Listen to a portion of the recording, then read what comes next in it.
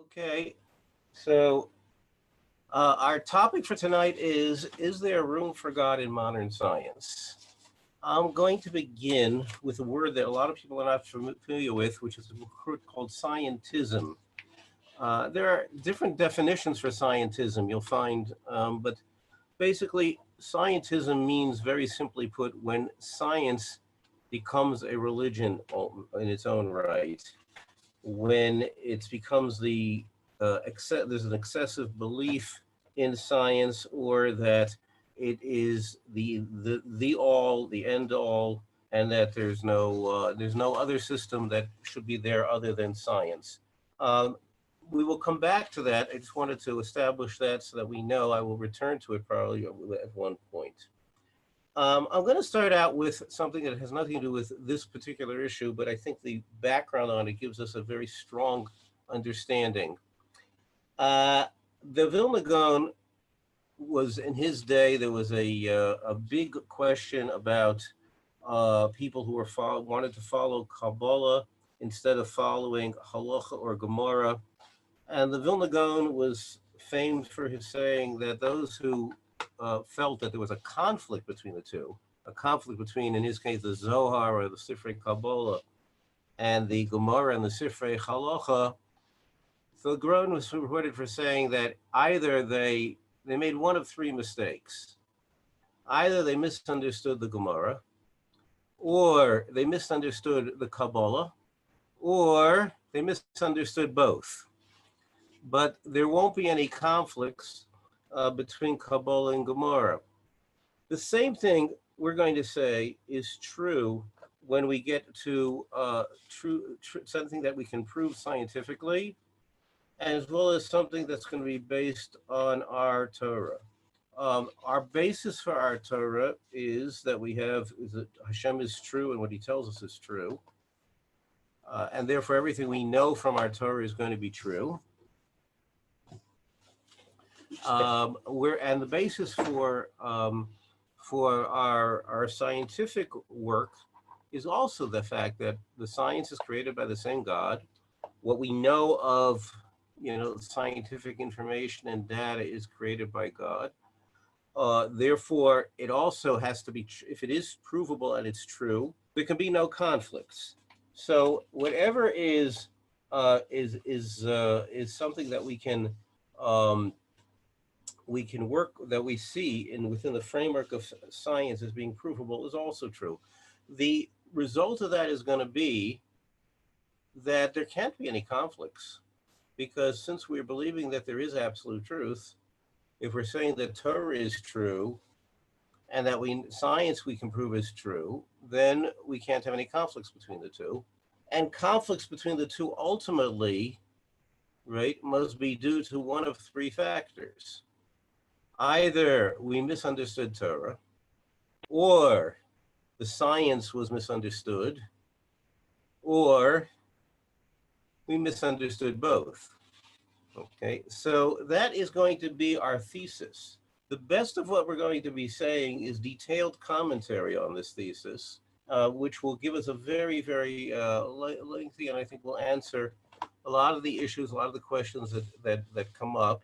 And ultimately, we'll get back to what is modern science, and is there room for God, room for religion within the framework of modern science. I'm going to begin the next piece with a statement which we know, old statement from Shlomo HaMelech of Ein Chodesh Tachas HaShemesh. There's nothing new under the sun. And by doing that, I'm going to go back to when people talk about philosophy or ancient philosophy, ancient non-Jewish philosophy. We go back to basically Greek philosophy. And I'm going to point out that there were many approaches in Greek philosophy, but three of them will strike home in interesting ways. There was a Greek philosopher named Epicurus.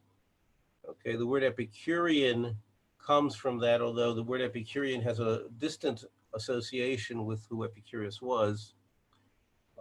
The word in Hebrew, or actually in Aramaic, which is really Greek, Apikuros, is related to Epicurus. quite clearly. Epicurus was probably the main backer within the Greek philosophical systems who was an atheist.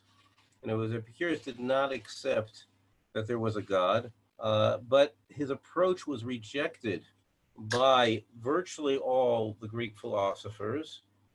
He was considered a minority or even with disdain, and the concern was not so much that they felt that there had any beliefs in this belief system being primitive. The reason why the Greeks did not accept him was because they felt he did not answer the evidence that they could see and the logic. The logic of if there was no creator, where could things started from was one problem, but more was they saw what has been, which we refer to as intelligent design. The Greeks already noted intelligent design, consistency and intelligent design, which if there's an intelligent design, then it's difficult, as a matter of fact, can be proved impossible mathematically. For it to have been created through, shall we call it a Darwinian system, can't happen, cannot be. We can mathematically prove it to be impossible. We're going to show eventually that the greatest atheists today also agree that it's mathematically impossible, which will be a phenomenon to talk about. So there was the Epicurean system. Most of the Greek philosophers went with either an approach that went back to Plato or to Aristotle. Aristotle always referred to by the Rambam and the Safsadi as Aristo. But okay, so Plato's system, in terms of his belief in a God as a creator, was not that dissimilar from what anyone today who believes in God accepts that there was a God who created the world. A matter of fact, the most brilliant minds of science through history have always accepted that there was a God. And I'll mention people such as Isaac Newton, such as Albert Einstein, Niels Bohr, absolutely brilliant physicists. Newton may have been one of the most intelligent people to ever walk the face of the earth.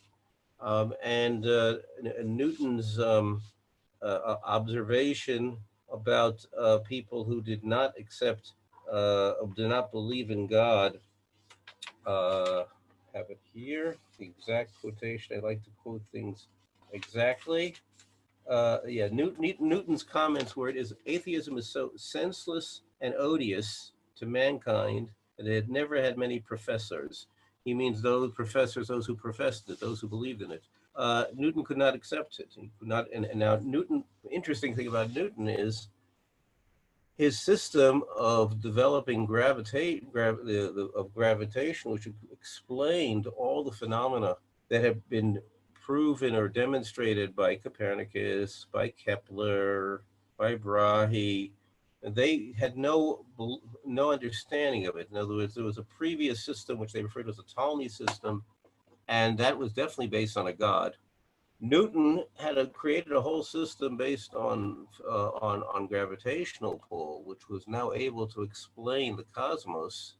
And Newton would possibly could have been in a position to explain that the whole cosmos functions without a God, based on the existence of the system he developed.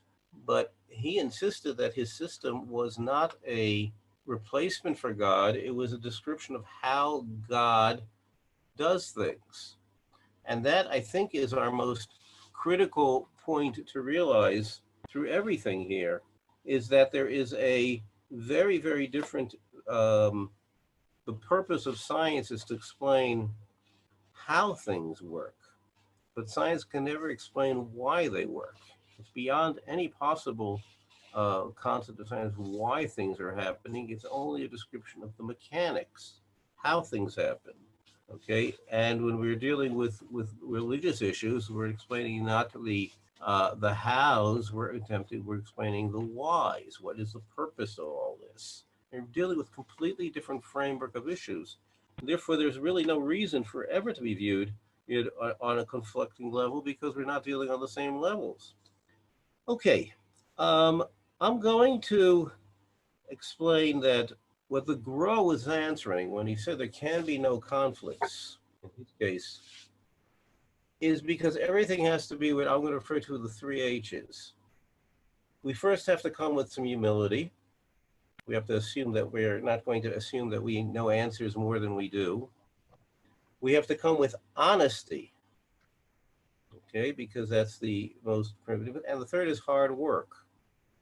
So if we come with those three H's, humility, honesty, and hard work, and we do have what appears to be a conflict, we'll work hard until we understand each aspect of it and realize that if these are all from a source of truth, there can be no conflicts. So we therefore have to work through them and understand the ultimate truth of it all. So I'm working with these as an assumption, okay? And this is going to be the background. Judaism has always worked with this. Anyone who's been involved in Torah learning knows that we encourage questions. We constantly encourage questions. We constantly develop questions. Proper science should also always be involved with questions and make sure that the answers that we present answer the evidence that we have. Okay, and this is the basis with which that we are we're setting up our structures. Okay, next.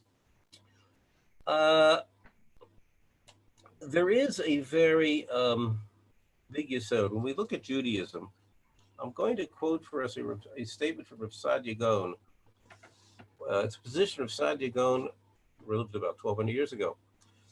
He presented in his explanation of how to understand Tanakh.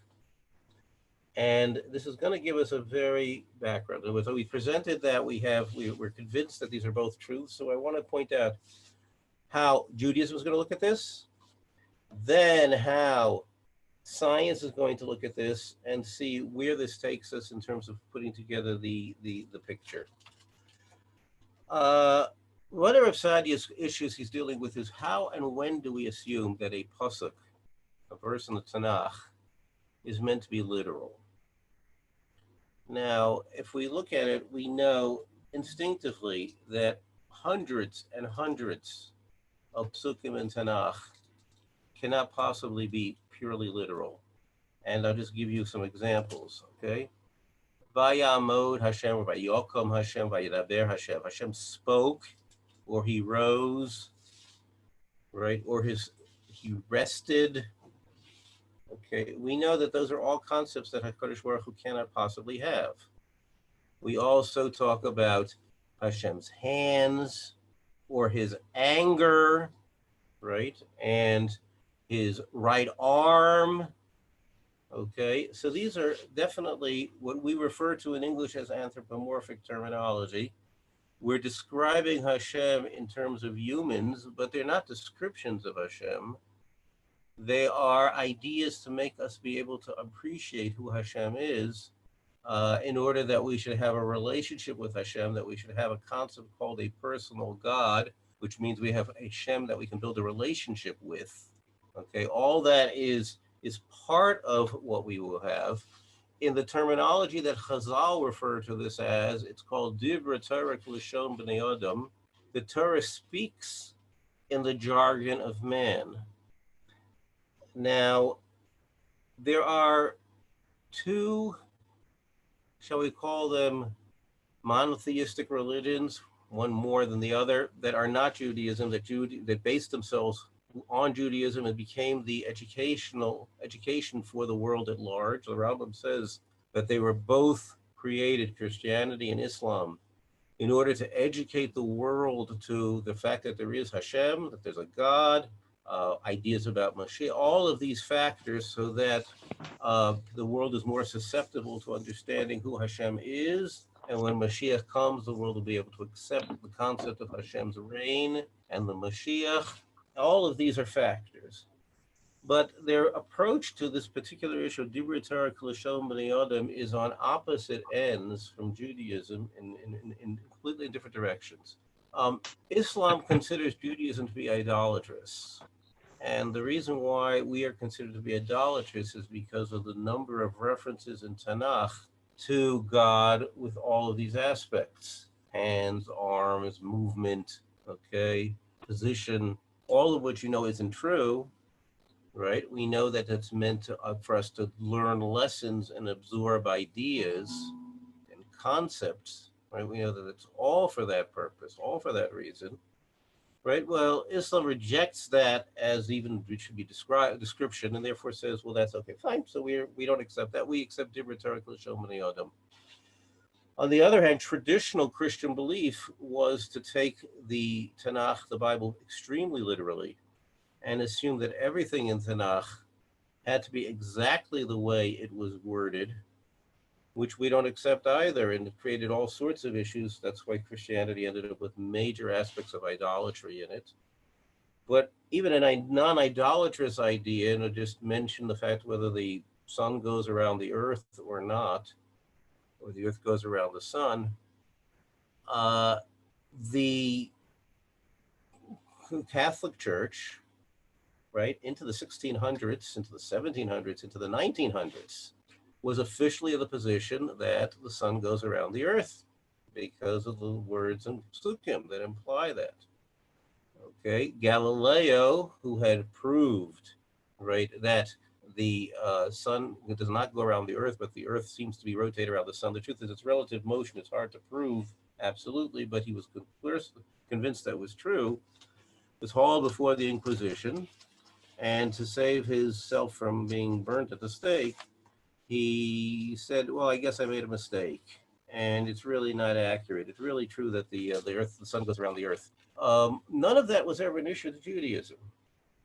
None of these questions have ever been issues to Judaism because we always assume Dibra Torah L'Shon B'nai Adam. And just as an example, everything in Yemei Bereshis, everything in the mentions of creation is in terms of how it relates to mankind.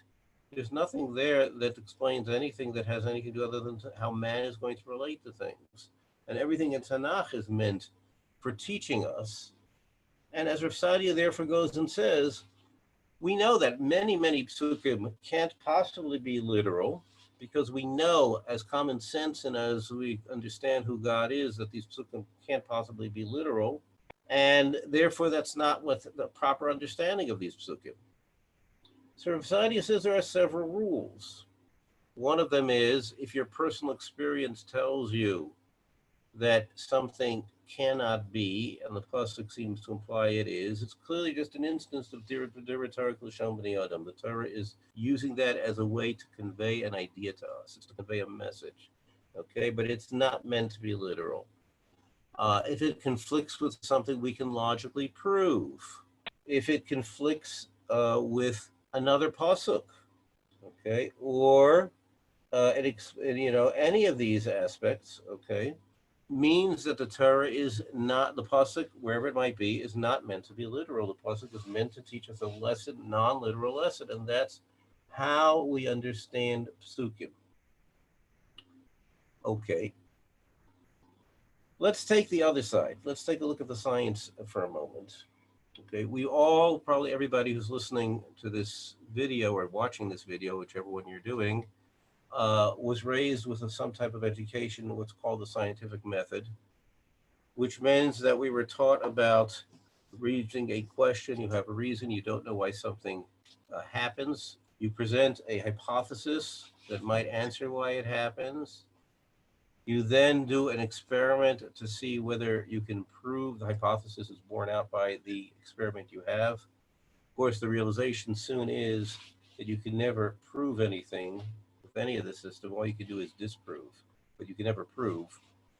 If you have enough evidence over and over and over again that something seems to be true, it seems to fit the evidence, it can be elevated from a hypothesis to call it a theory, and then perhaps beyond that point.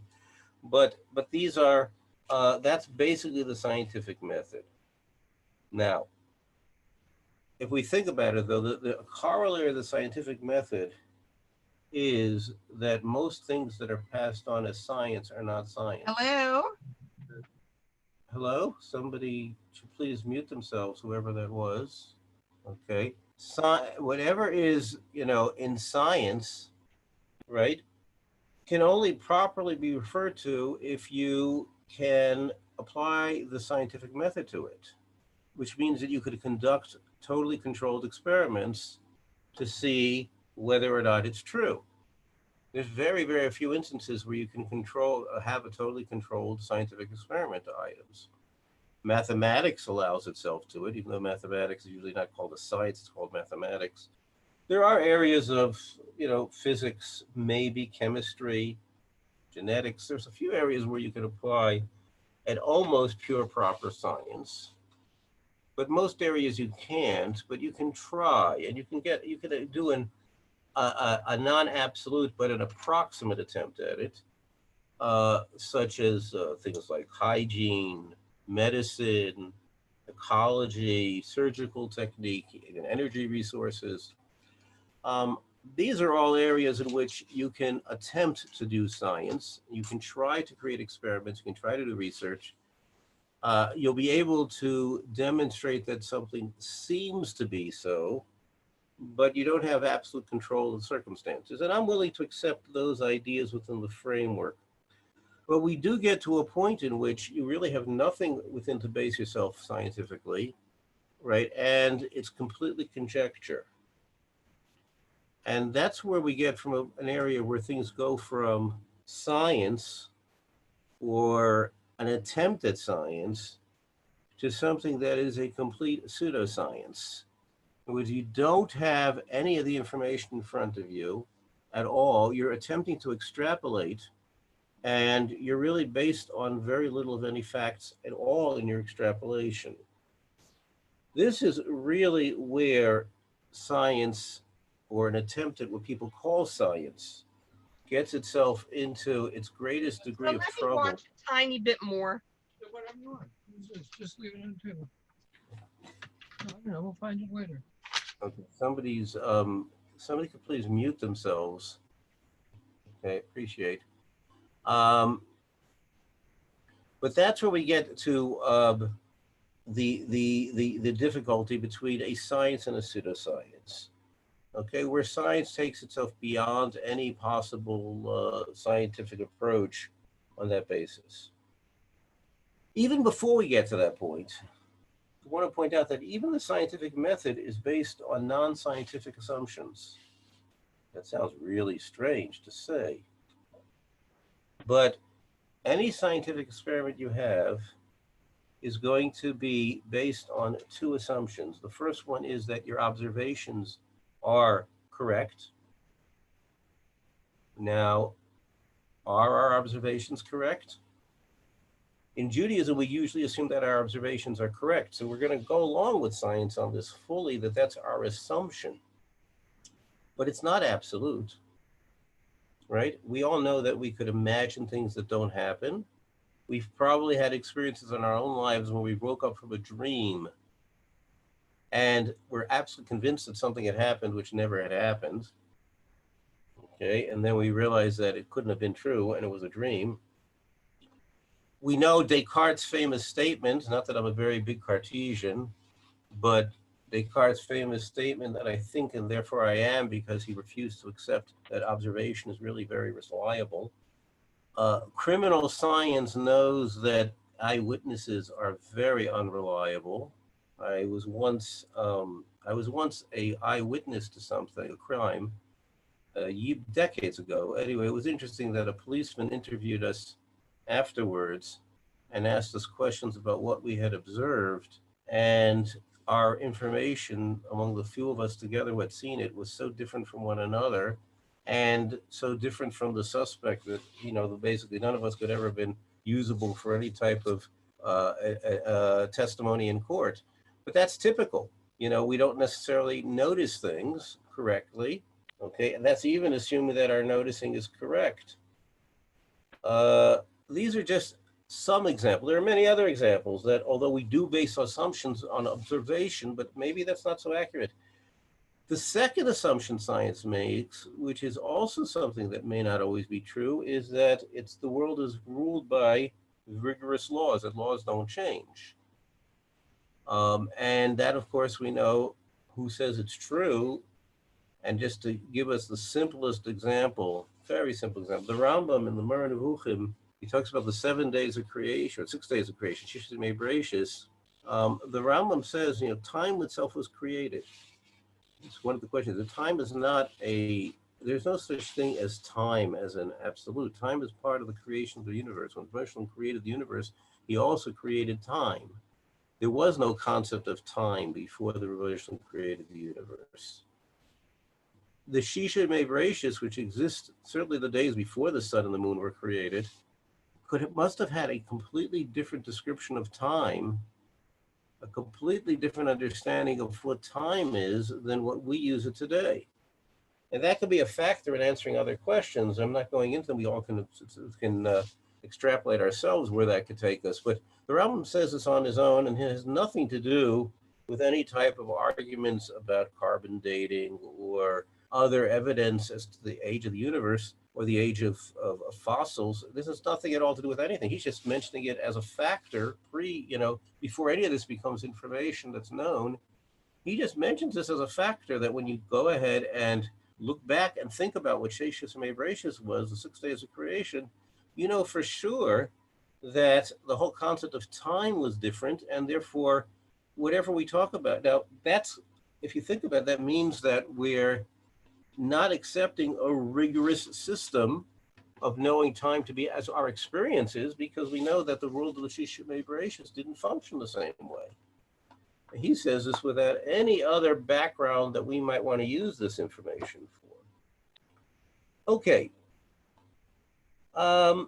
With that background, in other words, we want to understand how the idea of our Jewish understandings are based on making sure that we understand our Torah correctly, and we're not coming with presumptions that may not be accurate.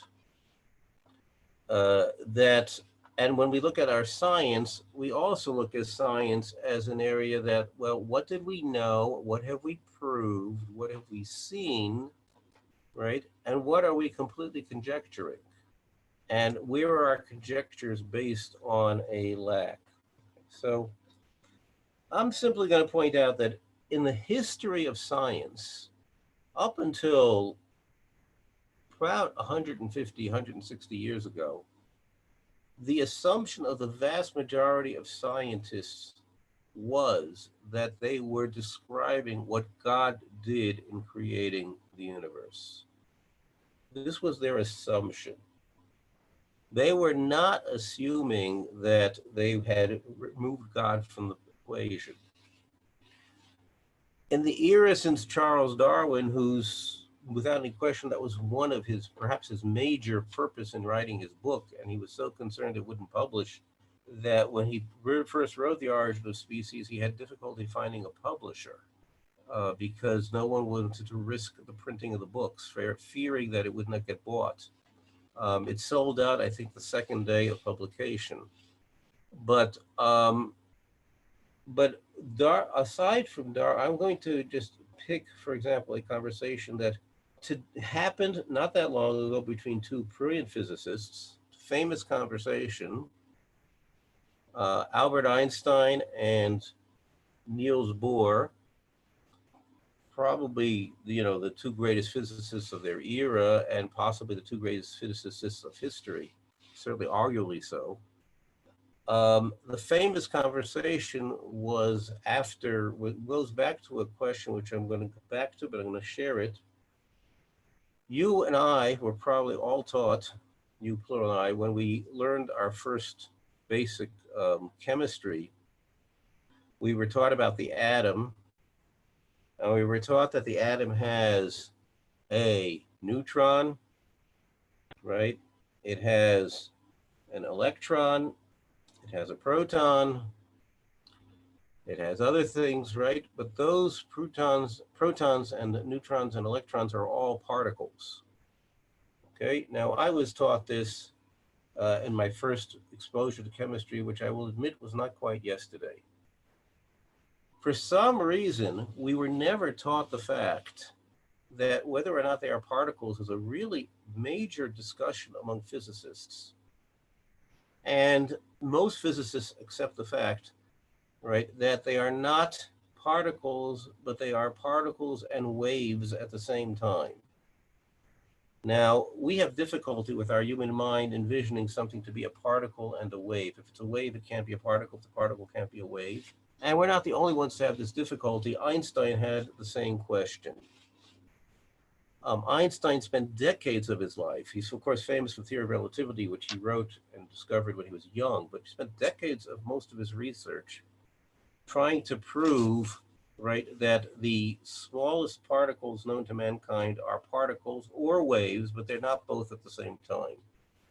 Notwithstanding that the scientific evidence, right, seemed to be demonstrating, and all the science tests that could be done, the experiments could be done, showed that they're both at the same time. The conversation, Einstein was noted, he said this to many people. His famous line was, "I don't believe that God played dice with the universe." Somebody please turn off the your speaker. Mute yourself, please. Thank you. Einstein himself, the conclusion of the idea of it being a wave particle, or the aspects of being a wave, is that you can't determine exactly where it's going to be at any time, and there is no way to prove. Somebody has their speaker on. Please turn it off.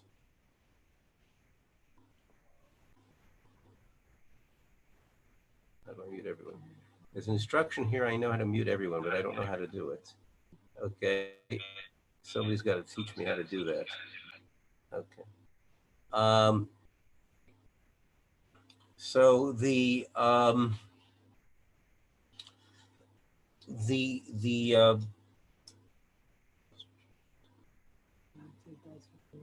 right. Okay. Einstein was very, let's see, click on participants and then mute all.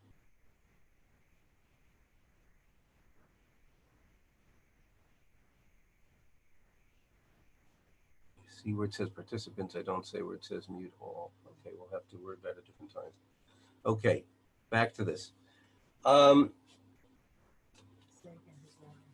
Right. So Einstein, now his reasoning for this was, why did he not believe this? Because he felt that things have to be predictable. The system that we're talking about has no predicted, there cannot be, things cannot be predicted. And God's system has to be based on, there is a organized, logical, right, system to it.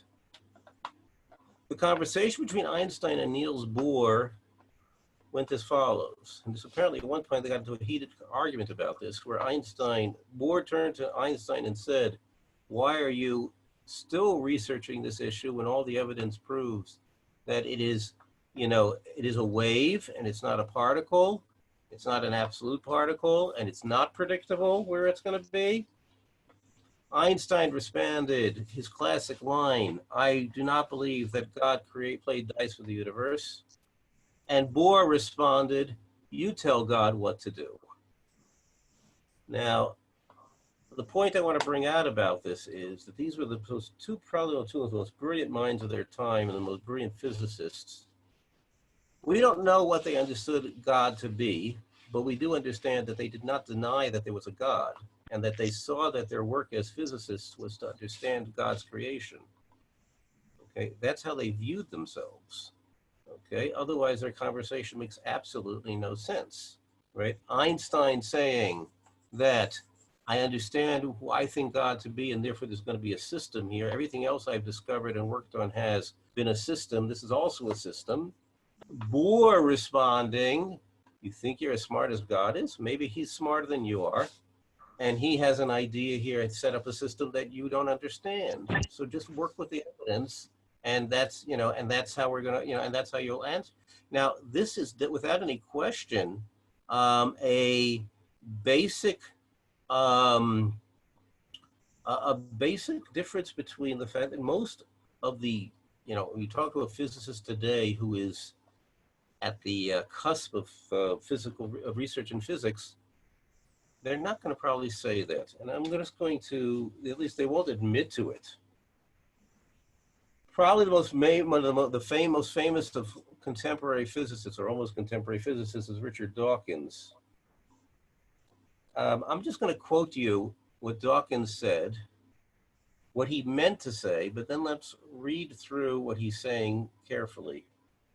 Dawkins was an atheist. Okay.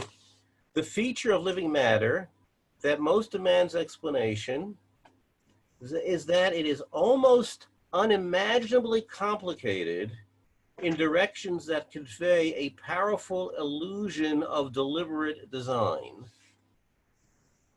Okay, I'm going to repeat that slowly for those who found the sentence too word. The basic of the sentence is a double talk. Okay, right. When you try to understand what's going on in the world, okay, you're going to have to try to explain why everything shows, right, that there's a God who deliberately designed it. But it's only an illusion because there is no God. Okay, that's what he said. Now, let's repeat this again. The feature of living matter that most demands explanation is that it is almost unimaginably complicated in directions that convey a powerful illusion of deliberate design. Now, all I'm going to do is take what Dawkins said, leave out the double talk, and reread his sentence the way you would put it, you know, by putting occluded expressions in the middle. These are his words. Living matter conveys deliberate design. He said those words. He just put in between his belief system. Well, is his belief system part of science? He has a proof to his belief system? Or is he telling you that his science has proved what? That there's God. He just doesn't want to accept it. That's not only not the scientific method, that's applying the anti-scientific method. In other words, the logic and the science has proved to him, right, that there's a deliberate design, that there's a God in the world, okay? And he is in total denial of that fact. He will not accept it, okay? We don't need any better proof than that to do it. Now, I'm going to quote a very similar, not nearly as convoluted sentence from Francis Crick, of course, from Crick and Watson, from those who created the model of the DNA molecule, the microbiologist. Biologists must constantly keep in mind what they see was not designed, but rather evolved.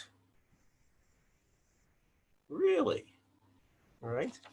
What he just told me was, you're required to keep in mind that what you're seeing did not have God do it. What do you mean? Why not accept the fact that God did it? What's wrong with it? There's nothing in your beliefs, in your science that says not that way. It's that you've decided that your belief system doesn't accept this. Not the science has proved it to you. The science has very much proved it to you. Okay? It's that you don't want to accept that, right? But the science has absolutely proved it to you.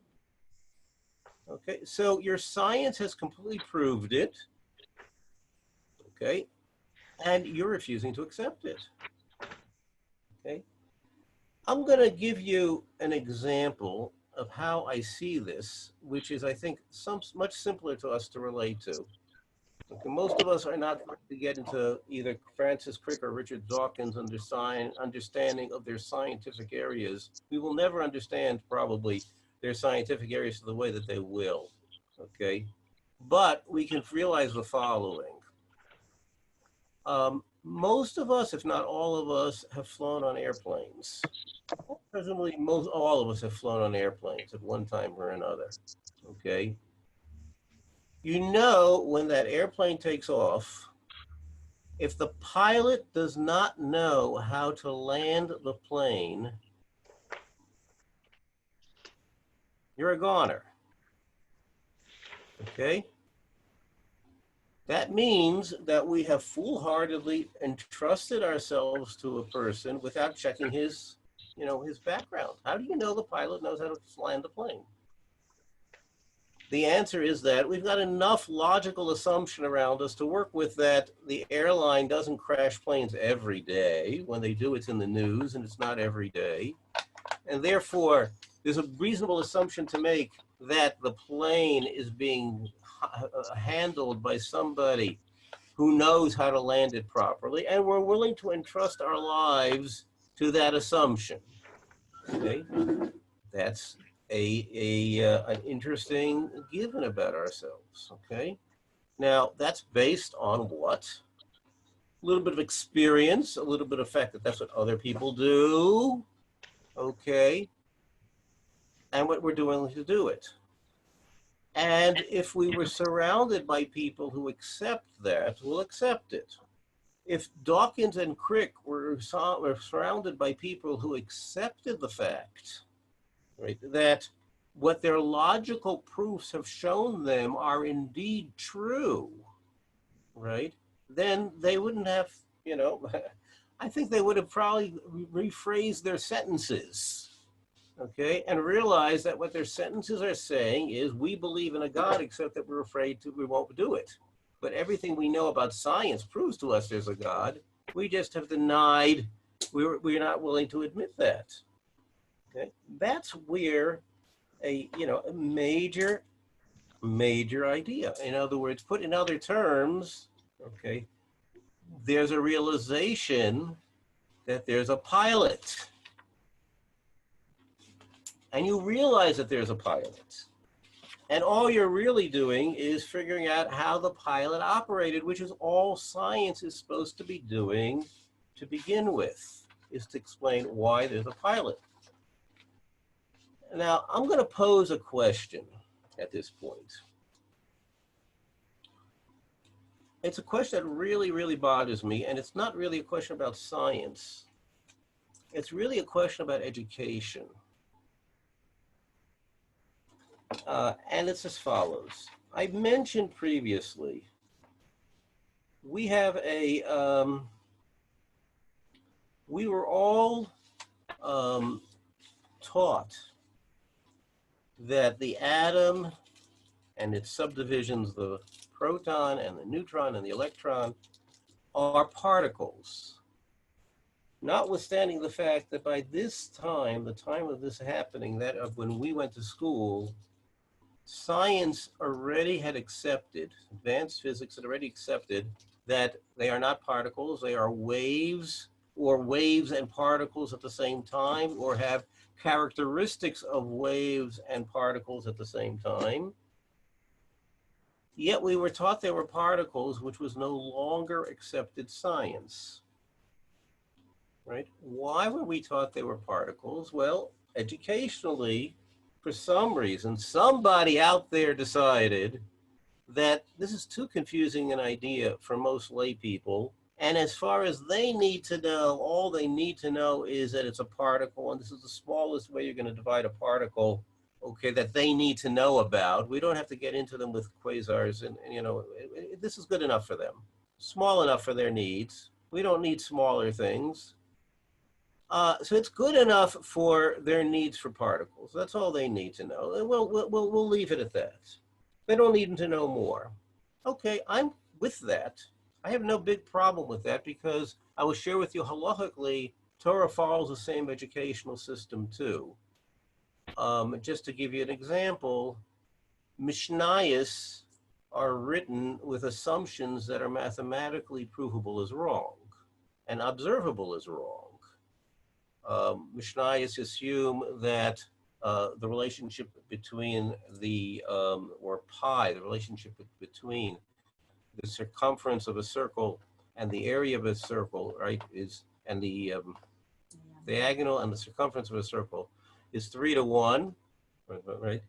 1 to 3. And we know it's not.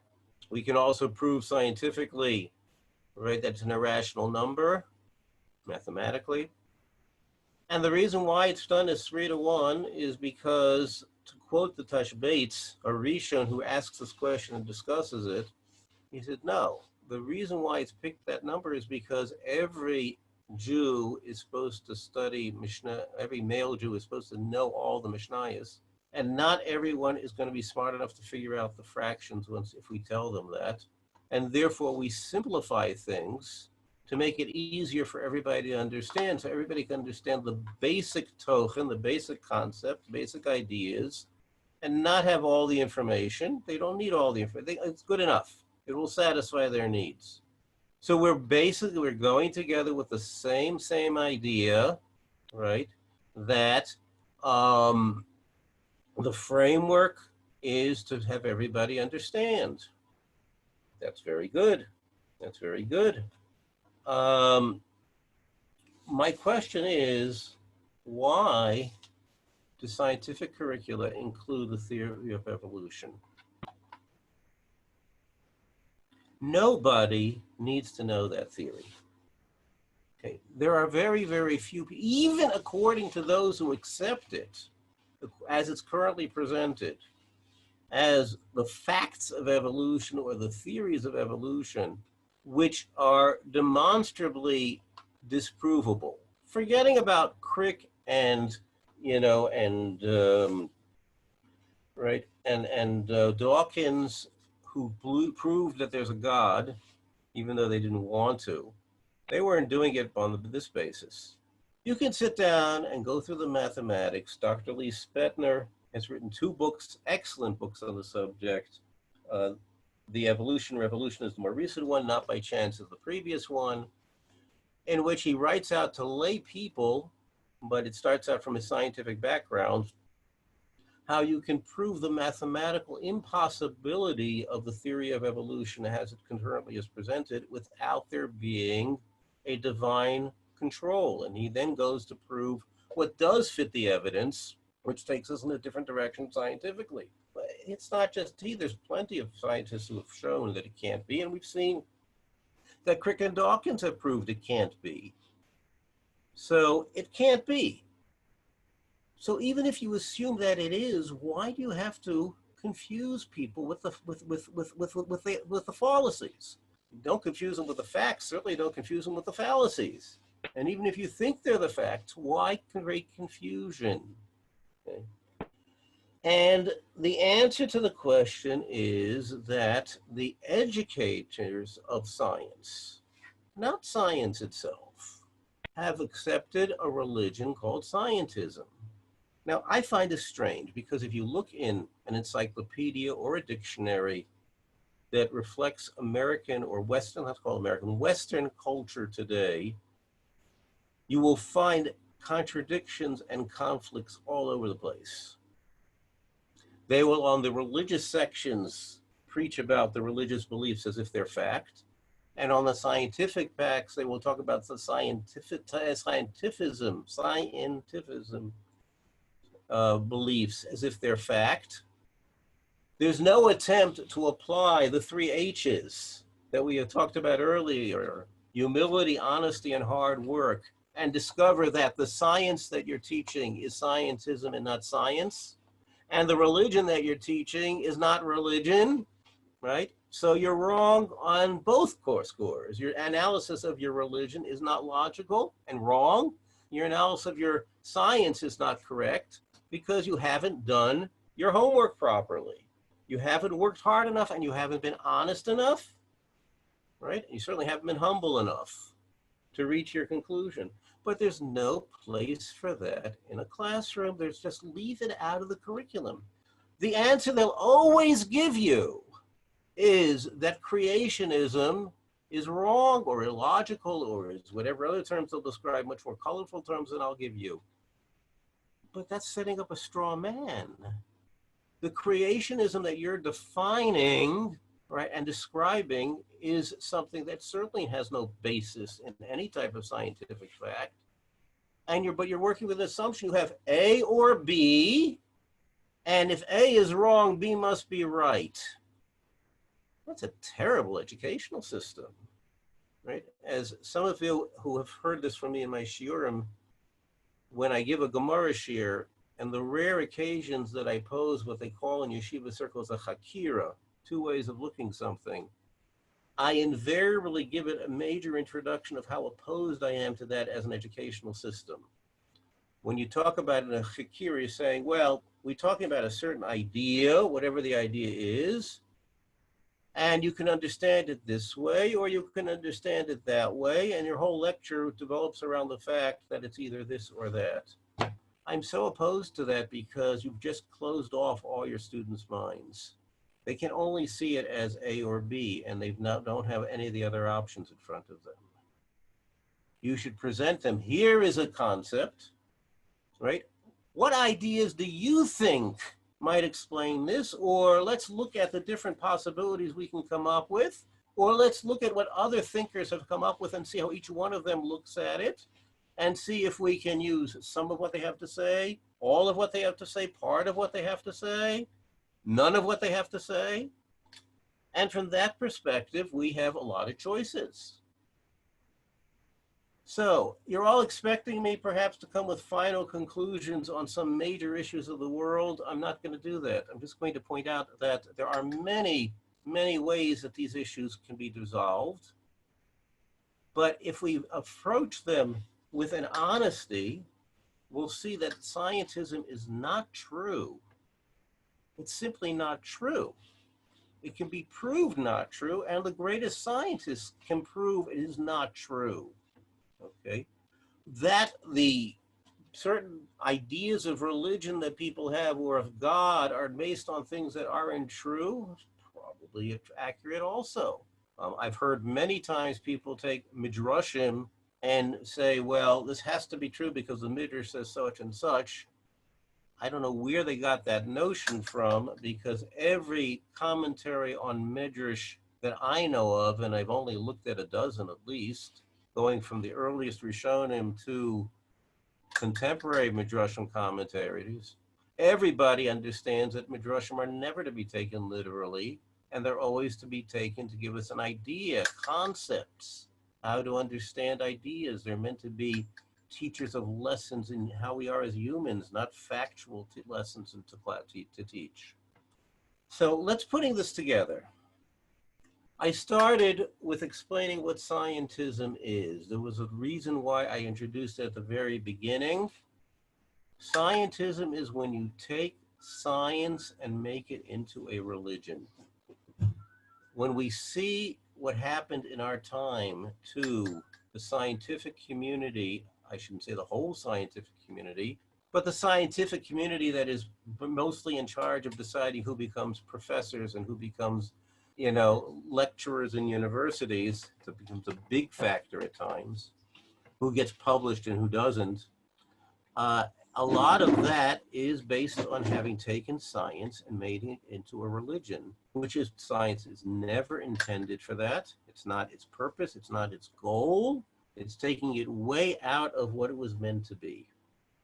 Science is and should be applying ourselves honestly, with humility and with hard work, in seeing the phenomena that we can observe and understanding, right, how they happen, right, what the steps are in their happening, not the whys, the hows, right? And when we do that, we will come a lot of work, a lot of understanding.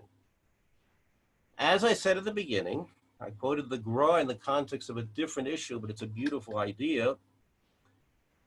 When, in his case, you assume that halacha and Kabbalah may conflict, he said it's either that you didn't do your hard work and honestly understand the halacha, you didn't do your hard work and honestly understand the Kabbalah, or you didn't do your hard work to honestly understand both of them. The same is going to be true in every factor that we're ever going to find where there appears to be a conflict between science and Judaism. It's going to be due to either we didn't understand the science properly, we didn't understand the Judaism properly, or we didn't understand both of them properly. If they are based on truth, which they both are when applied properly, there can never, ever be conflicts. This understanding, this idea goes back a long time. I'm not the one to create a new idea here. And I will tell you that science accepted this idea until about 150, 160 years ago. Maybe as far back as the period of the French Revolution, but I don't think so. I don't think so, right? Science became a religion Now, there's no reason that science becomes a religion, and our duty, those of us who are inclined towards studying science and research into science, our duty, our job through it all is to make sure whenever we use science the way science is meant to be used. We do all of science and he who created science a tremendous disservice when we try to take science and make of it what it isn't, right? And this is true about everything in life. We appreciate something for what it is, that's true appreciation. To try to make something and magnify out of it what it is not appreciation, right, of the item at all. Final line, is there room for God in modern science? Oh, definitely, but just not in modern scientism. And there'd never be room for God in scientism, nor is there room for anything else of truth or honesty in scientism. But in science per se, of course. And this we should take with it. We can always research our science properly, research our Judaism properly, and we will come up with the answers. Thank you very much. Thank you,